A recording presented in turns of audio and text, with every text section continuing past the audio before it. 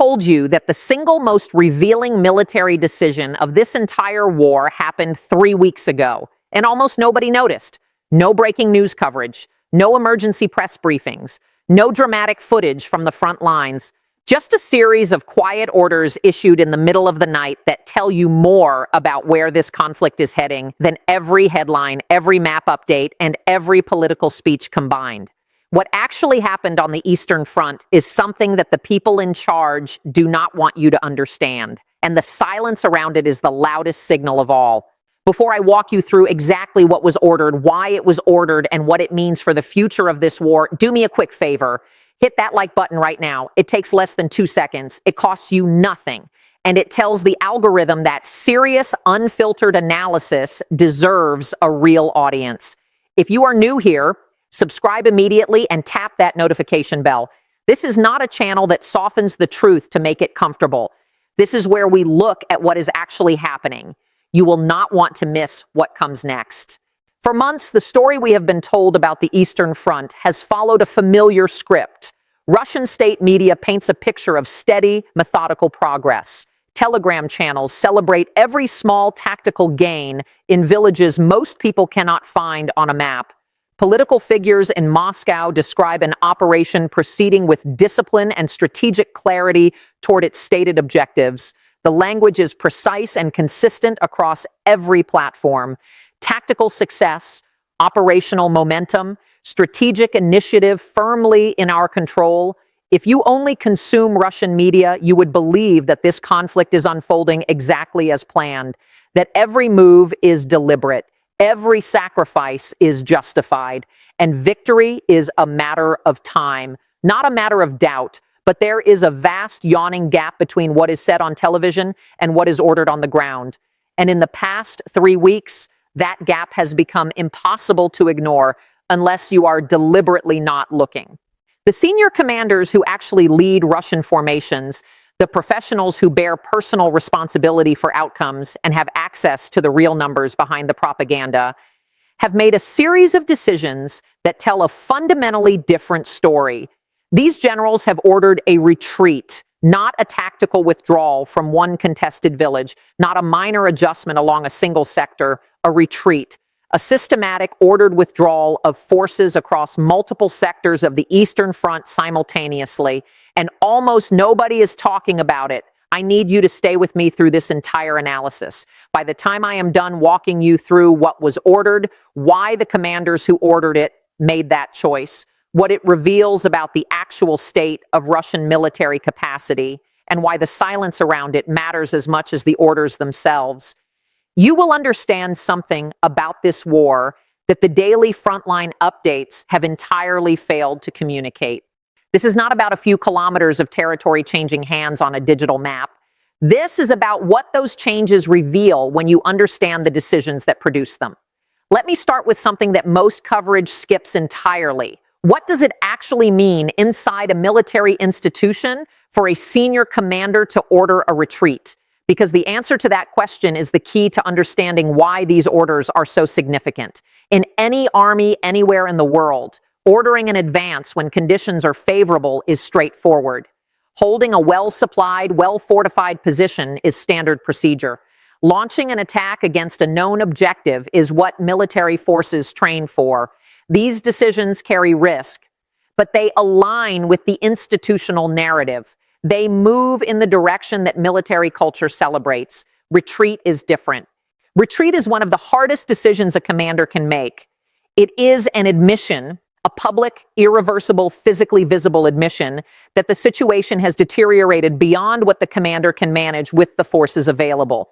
It says the cost of holding this position has exceeded the cost of abandoning it. It says the resources consumed by staying in place, the lives, the ammunition, the equipment, the degradation of adjacent sectors, are no longer justified by the strategic value of the ground being held. That is not a tactical calculation. That is a strategic judgment. And it is a judgment that carries enormous institutional weight inside the Russian military specifically. That weight is even heavier than it would be in most other armies. The Russian military institution is built on a foundational mythology of endurance. The historical memory of the Second World War, the stories of Stalingrad, of soldiers who held their ground against impossible odds, of an army that never retreated and never surrendered, is not just propaganda for external audiences. It is internalized by officers who trained within this system, who absorbed its values during their formative years, who organized their professional identities around its principles. For an officer steeped in this tradition, issuing a withdrawal order requires something extraordinary to be happening on the ground, something that overrides decades of institutional conditioning, something that cannot be rationalized or reframed within the language of triumph and endurance that the institution demands. And there is another dimension that makes these orders even more telling. Inside the Russian military, information does not flow upward cleanly.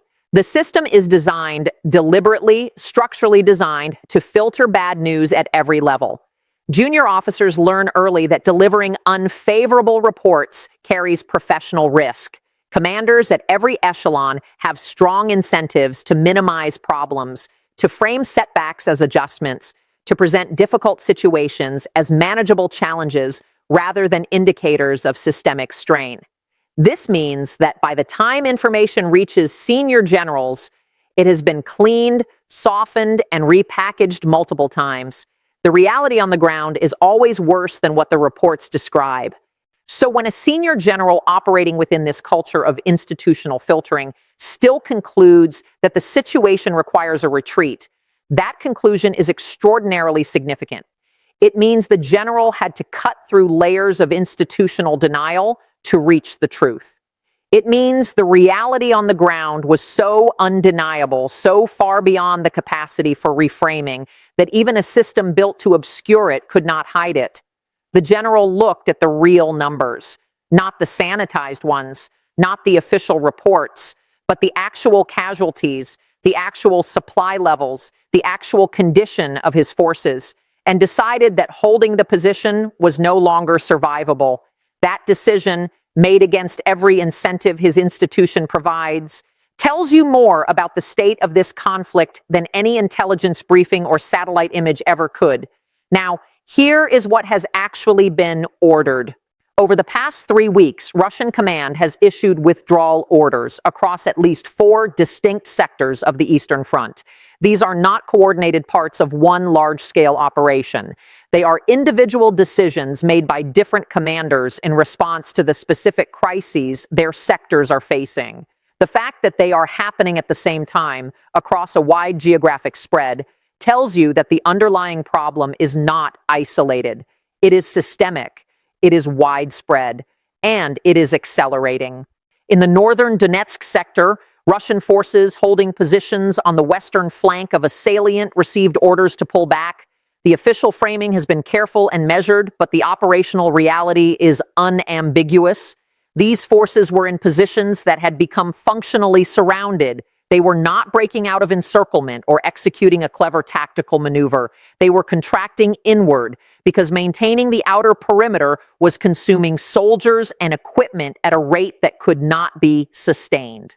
The withdrawal is not solving the problem. It is making the problem smaller, literally by reducing the perimeter that needs to be defended, while accepting that the forces involved are weaker than they were before. In the central Donetsk sector, the withdrawal orders struck at the heart of Russia's offensive capability in that region. The positions affected had been serving as staging bases for sustained offensive operations. Forward-oriented positions built specifically to project force outward toward Ukrainian lines. When Ukrainian counterpressure intensified beyond what those positions could absorb, without offensive capacity to justify the cost, the commanders made a painful but rational decision: pull the forces back, shift from an offensive posture to a defensive one, preserve what remains for future use. That transition from offensive staging ground to defensive withdrawal is not a minor operational shift. It is a declaration that the offensive in that sector has run out of steam. In the southern Donetsk sector, the withdrawal orders were driven by the brutal arithmetic of logistics. Russian forces in certain forward positions were consuming supplies, ammunition, fuel, medical materials, replacement equipment, faster than the overstretched supply chain could deliver them. Holding those positions was not merely unsustainable in isolation. It was actively draining resources from neighboring sectors, weakening the overall defensive posture in exchange for maintaining ground that could not be held without continuous resupply that was simply not coming. The commander sacrificed these positions to preserve the fighting capacity of sectors judged more critical to the overall defensive line. And in the northern Zaporizhzhia direction, Ukrainian advances had moved past the flanks of Russian positions, leaving the defenders at genuine risk of encirclement. Staying in those positions meant accepting the growing possibility of being cut off entirely, a scenario that would have turned a difficult situation into an irreversible catastrophe.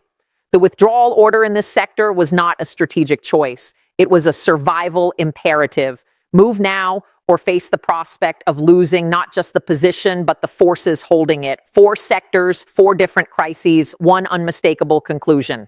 The commanders on the ground, the professionals with access to the reality behind the official narrative, looked at the situation and decided that holding their current positions was no longer worth the cost.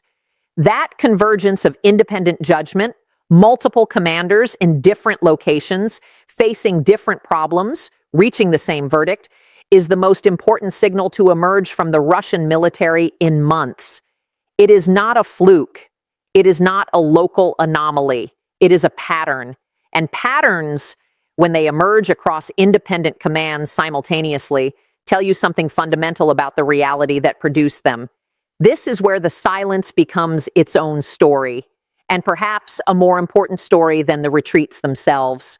Because these withdrawals are not being described as retreats, not by anyone, not by Russian state media, which is executing its usual choreography of linguistic gymnastics, not by Western analysts who are dutifully updating their frontline maps without examining the institutional decisions behind the movements, and not by the Russian military command itself, which is communicating upward through the same filtered language that has distorted its reporting throughout this entire conflict. The Russian media machine has developed an entire specialized vocabulary for describing retreats without ever deploying that word. Positions are not abandoned. They are vacated as part of a planned redeployment to more favorable terrain. Units do not retreat. They rotate to prepared positions in operational depth. The front line does not move backward. It is adjusted to optimize the defensive architecture for greater strategic efficiency. This language is deployed with mechanical consistency across every channel, every report, every broadcast. Its purpose is singular and explicit: to prevent the Russian domestic audience from understanding that their military is giving up ground it fought months to capture and presented as permanently secured. Western media covers this conflict with genuine dedication and substantial resources, but the analytical methodology has a structural blind spot that becomes glaringly apparent in moments like this. Most coverage tracks territorial change as its primary and often sole ends metric. Kilometers gained, kilometers lost, areas shaded in different colors on digital maps. This approach tells you what happened on the surface, but nothing about the decisions that produced the result. A map shows that a position changed hands. It does not reveal whether the defenders fought to the last and were overwhelmed by superior force, or whether their commanders ordered them to withdraw before serious contact even occurred. The institutional significance of an ordered retreat, the meaning of senior commanders deciding that a position is no longer worth defending, is invisible to analysis that focuses only on geography and ignores the decisions that move the lines. And the Russian military's own reporting culture compounds the problem at every echelon. Field commanders do not describe their withdrawals as retreats in their official communications. They describe them as tactical adjustments, as repositioning in response to localized pressure. They call them optimization of force disposition. Their superiors receive those reports and add their own layer of professional interpretation before passing them further up the chain. By the time information reaches the general staff, the retreat has been thoroughly transformed into an operational refinement. The political leadership, which is supposed to be making strategic decisions based on this information flow, receives a version of reality that has been scrubbed and purified beyond any connection to actual events. This creates a remarkable and dangerous paradox. The generals who ordered the retreat know it is a retreat. The soldiers executing the withdrawal know it is a retreat. Everyone directly involved understands what is actually happening, but every institutional system designed to communicate that reality is working to ensure that nobody else acknowledges it. The truth exists in the orders themselves, in the physical movement of troops away from positions they held and bled for. But it is surrounded by such a dense architecture of institutional denial that it becomes invisible to anyone not directly on the ground. Before I go further, I need to ask you to do something. If you are still watching, if this analysis is clicking for you in a way that mainstream coverage never has, take 10 seconds. Subscribe to this channel if you have not already.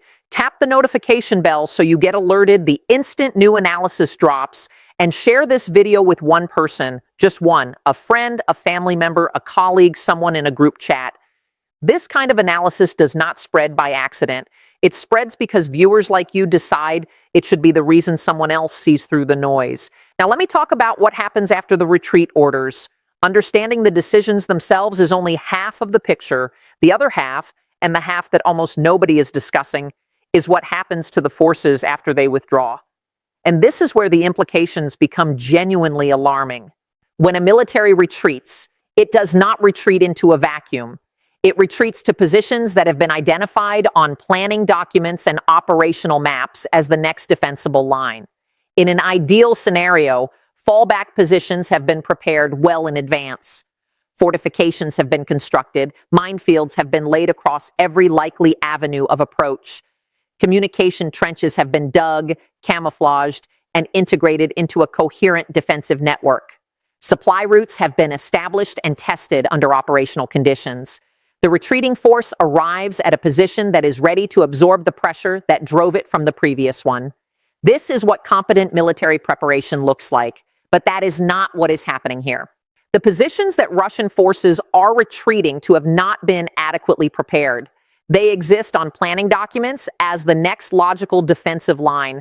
They have been identified, mapped, labeled, and incorporated into operational plans. But the physical engineering work has not been completed. Weeks and months of labor required to transform open ground into a fortified position have not happened. In many cases, it has barely begun. There was simply no time. The retreat happened faster than the preparation. The crisis arrived before the solution was ready. This creates a critically important dynamic that deserves careful attention. Each step of the retreat takes Russian forces to a position that is weaker than the one they just abandoned, a position they spent months building, constructing fortifications, laying mines, is being surrendered.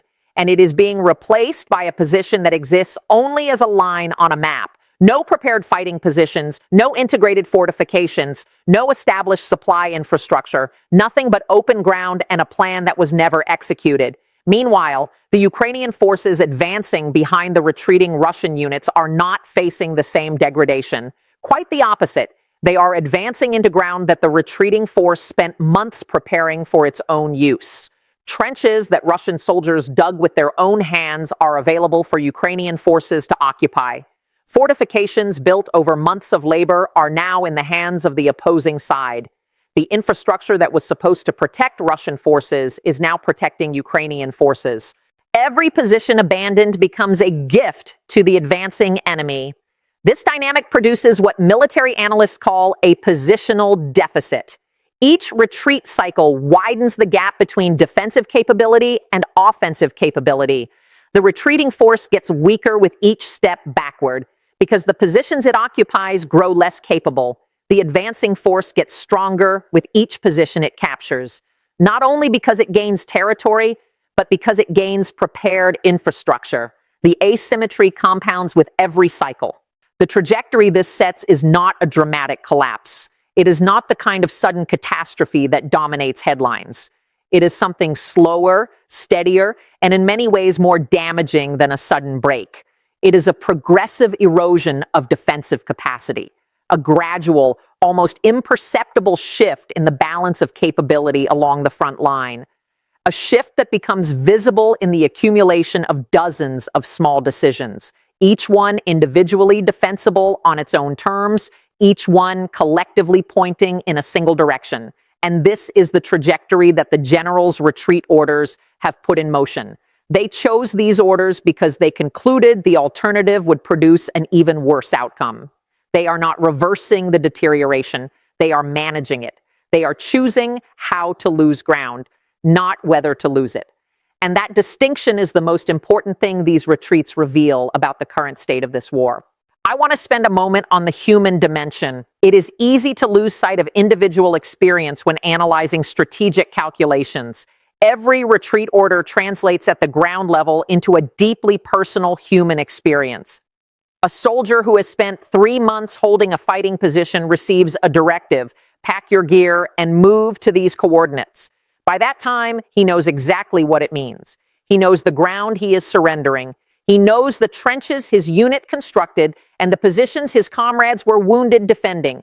He knows which dead ground provides cover and which roads become impassable after heavy rain. All of that knowledge, all of that labor, all of that sacrifice is being handed over. He also knows with absolute first-hand certainty that the official explanation does not match his experience. He has seen the supply shortages.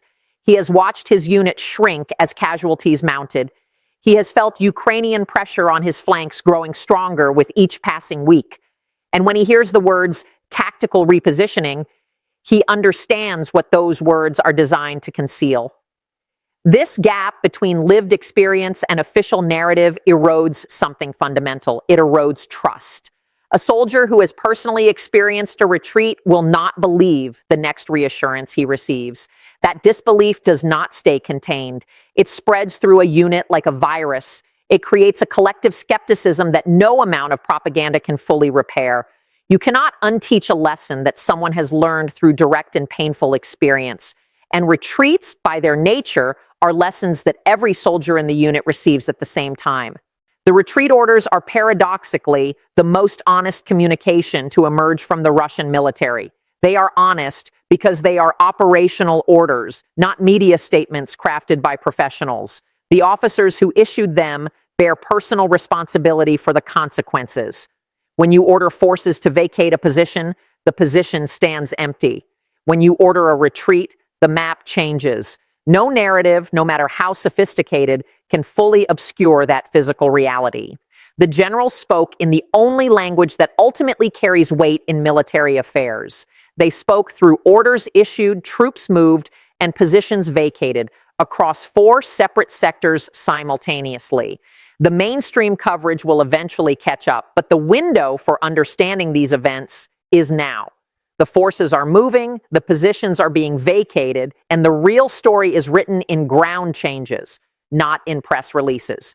If this analysis helped you, subscribe, hit the bell, comment your assessment, and share this video with someone who deserves to understand what is actually happening.